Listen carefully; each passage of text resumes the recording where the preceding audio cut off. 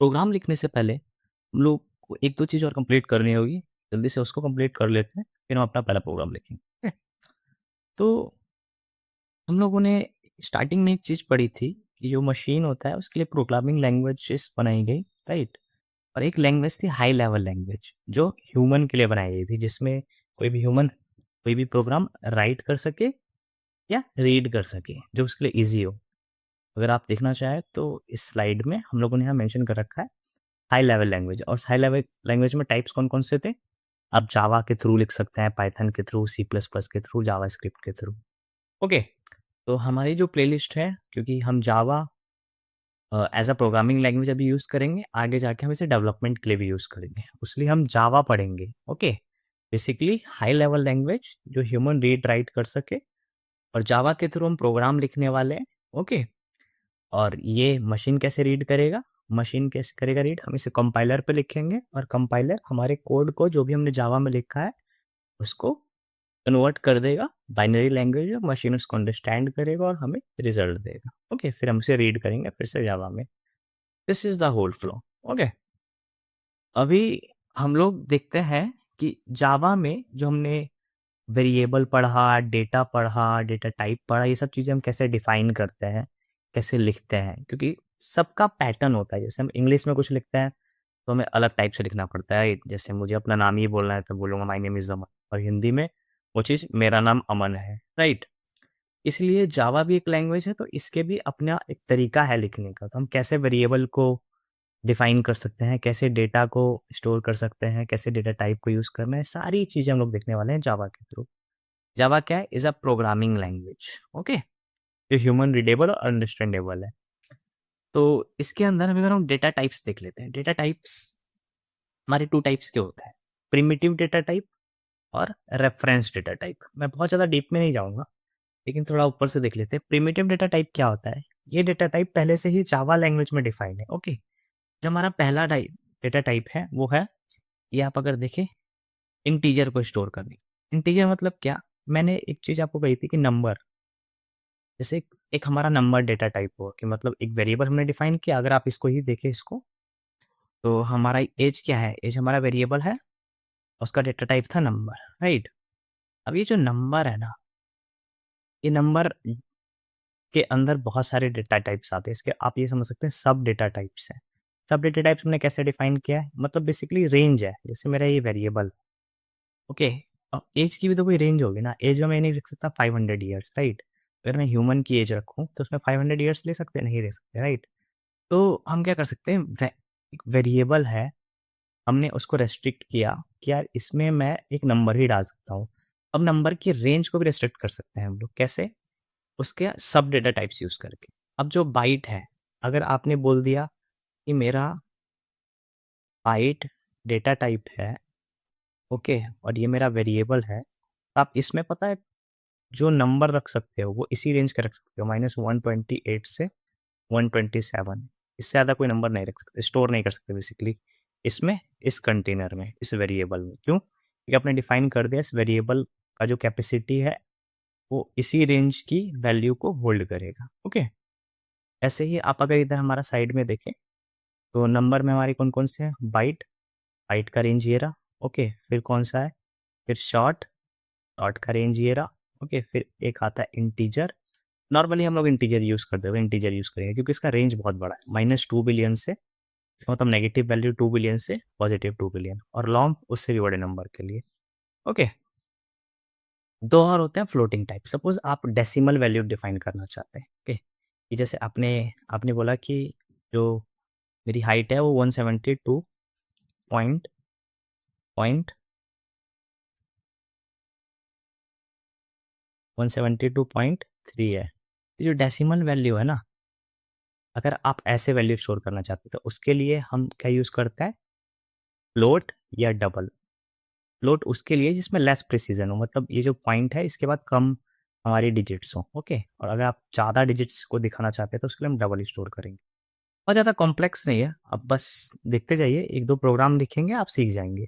तब तक हम लोगों ने क्या पढ़ा कि नंबर जब हम स्टोर करते हैं तो उसके अंदर बहुत सारे सब डेटा टाइप्स हैं, byte, short, integer, long, on the basis of their range, right?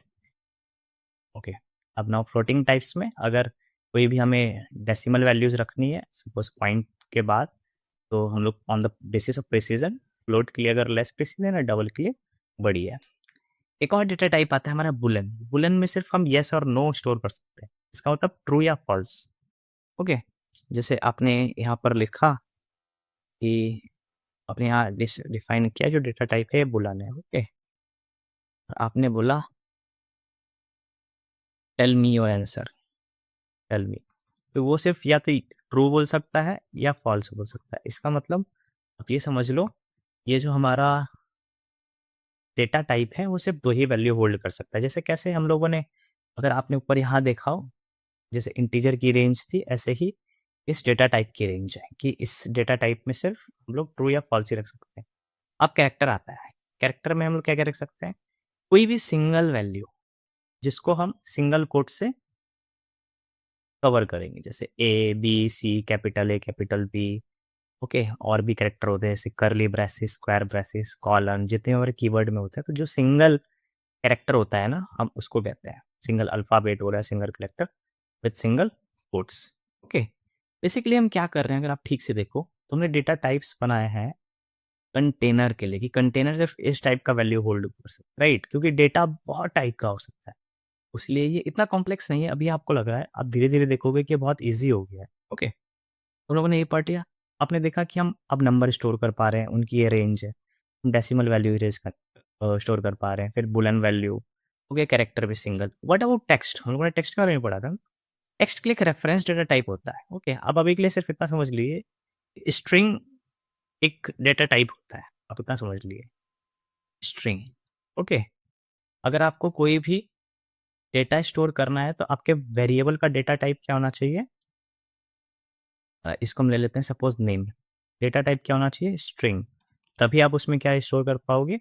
Text store कर पाओगे। अमन, हम कोई भी टेक्स्ट स्टोर करते हैं तो उसे डबल कोट्स के अंदर डिनोट करते हैं। आप ये चीज़ बस ध्यान रखें।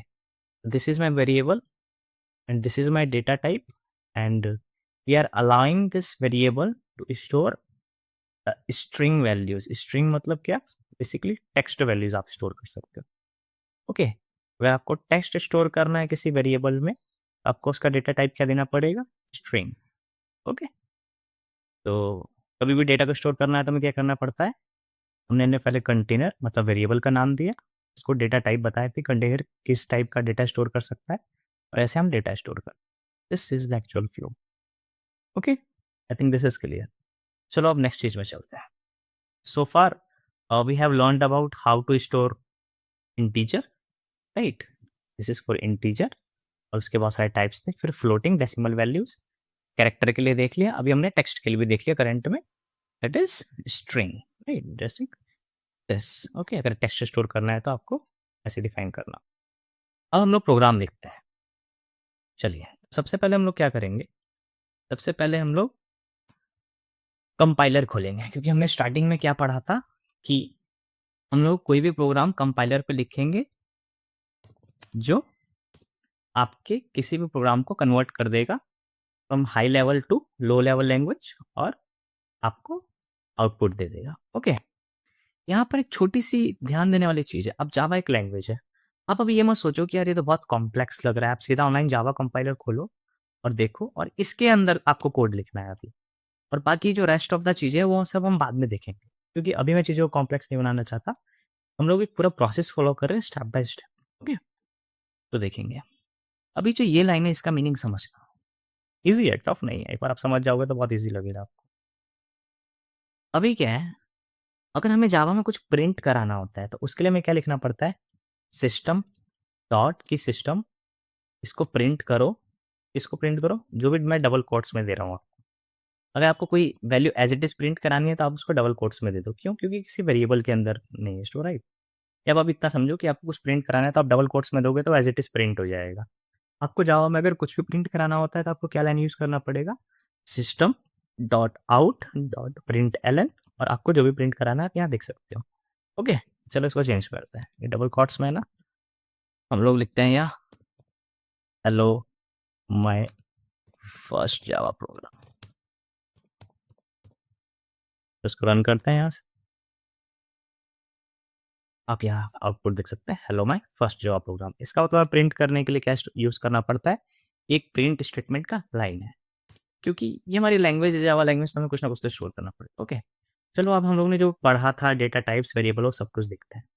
हमने इंटीजर डेटा टाइप पढ़ा था, राइट? इंटीजर एज, मैं उसमें एज अपनी लिख लेता हूँ 25। ओके, हम कोई भी स्टेटमेंट लिखते हैं तो उस स्टेटमेंट को क्लोज करने के लिए सपोज मैंने एक स्टेटमेंट लिखा है ना, एक छोटा सा एक्सप्रेशन लिखा है कि ये मेरा वेरिएबल है एज, ये मेरा डेटा टाइप है, ओके, और ये मेरा वैल्यू है। उसको आपको सेमी कॉलन के बाद सेमी कॉलन से उसको क्लोज करना होगा स्टेटमेंट को। ओके, आपने कर दिया। अब आपको सपोज इस एज को प्रिंट कराना है तो आप simply system dot out print को एज दे दो और वो आपको प्रिंट करके दे देगा। Set, right? अब एक काम करते हैं, चलो हम सम लेते हैं दो वेरिएबल्स का कि ये सपोज मेरा एक पर्सन है, age of A person, variable लिया 25 एंड एक और वेरिएबल लिया मैंने age of B person, that is 35। एक क्वेश्चन आया सपोज हमको, और हमको इन दोनों का सम एज बताना है, क्यूमुलेटिव एज। तो age of cumulative age of A and B person. तो हम लोग सिंपली क्या कर सकते हैं, हम लोग ऐड कर सकते हैं इनके एज को। ए का एज हमने लिया, क्योंकि अगर आपको मैं समझाता हूँ ध्यान से देखो इससे, और मैं अब प्रिंट करूंगा यहाँ पे तो सिंपल प्रोग्राम हो जाएगा ये। चलो पहले इसको प्रिंट करते हैं। तो the age is 60। Okay, let's go through with the program. ये हमारा फर्स्ट वेरिएबल है एज ऑफ ए पर्सन, इसने 25 स्टोर किया है। ओके, ये हमारा सेकंड वेरिएबल है age of B person 35। Okay, अब हम लोग क्या कर रहे हैं, हम लोग इन दोनों वेरिएबल की वैल्यू ऐड कर रहे हैं। अगर मैं बोलूँ कि 20 आई मीन ये दोनों क्या डिनोट कर रहा है, 25 स्टोर किया 35 स्टोर किया, राइट? अगर मैं 25 और 35 को ऐड करूँ तो क्या आएगा, 60, राइट? उस वैल्यू को मैं क्या कर रहा हूँ, ऐड करने के बाद असाइन करा रहा हूँ थर्ड वेरिएबल में, that is also a integer data type, right? Integer data type का है, इसको होल्ड कर लेगा। इसने वैल्यू को होल्ड कर दिया और मैंने फिर यहाँ पर देख सकते हो इस थर्ड वेरिएबल को लिया। और जैसे हम लोग जानते हैं कि जावा में किसी चीज़ को प्रिंट कराना तो हमें क्या करना है, ये लाइन यूज़ करनी है, system dot out dot print L N. जो भी हम पैरेंथेसिस में देंगे इस पैरेंथेसिस के अंदर वो एज इट इज प्रिंट हो जाए। ओके, या तो कोई वेरिएबल दे दो, अगर आपको और कुछ एज इट इज प्रिंट कराना है तो आप डबल कोट्स में दे सकते हो, चाहे हम यहाँ देख सकते हैं आप डबल कोट्स में, अगर एज इट इज कुछ प्रिंट कराना है, हे दिस इज मी।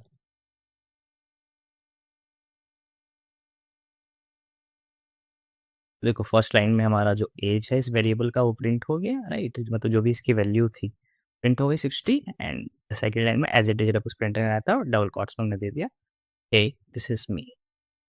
तो हमने फर्स्ट प्रोग्राम कर लिया, और अब नेक्स्ट वीडियो में हम लोग टेक्स्ट डेटा टाइप लेंगे कुछ और 5 से 6 प्रोग्राम करेंगे, जिससे हमें पूरा पता चले कि हम कैसे एक-एक चीज़ लिख सकते हैं। अभी सिर्फ हमने इंटीजर मीन नंबर्स के बारे में पढ़ा है, फिर फ्लोट पॉइंट्स के बारे में, फ्लोटिंग वैल्यूज़ के बारे में, फिर टेक्स्ट के बारे में that is string data type, right? फिर कैरेक्टर्स के बारे में, सबके बारे में कवर करेंगे। इसको थोड़ा और डीप नॉलेज आएगी।